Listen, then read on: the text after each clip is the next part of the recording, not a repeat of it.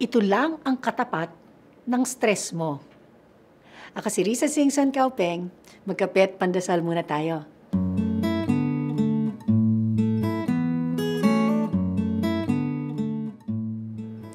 Naalala ko yung anak ko nung grade 1 siya.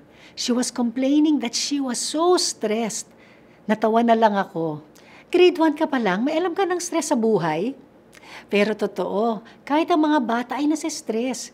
Dahil ang stress ay natural na parte ng buhay. Mawawalan lang tayo ng stress kapag tayo ay nakalibing na sa lupa at sumakabilang buhay na. In fact, meron daw 3 klaseng stress. The first one is positive stress, which we all need to grow and develop.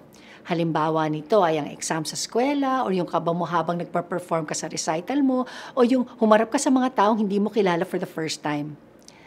The second one is tolerable stress.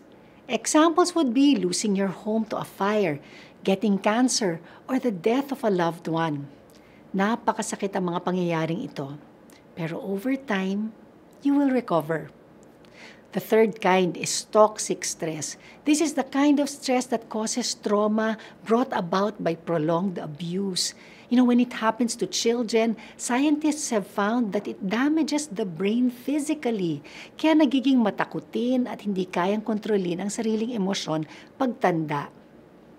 Ano man ang klaseng stress na dinadaanan mo, merong remedyo ang Diyos dyan. Napag-alam ng mga eksperto that the second most common and effective pain management method after oral medicine is prayer.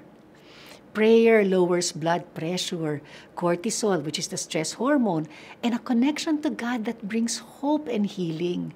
Kaya sabi ni San Pablo, do not be anxious about anything, but in every situation, by prayer and petition, with thanksgiving, present your requests to God, and the peace of God, which transcends all understanding, will guard your hearts and minds in Christ Jesus.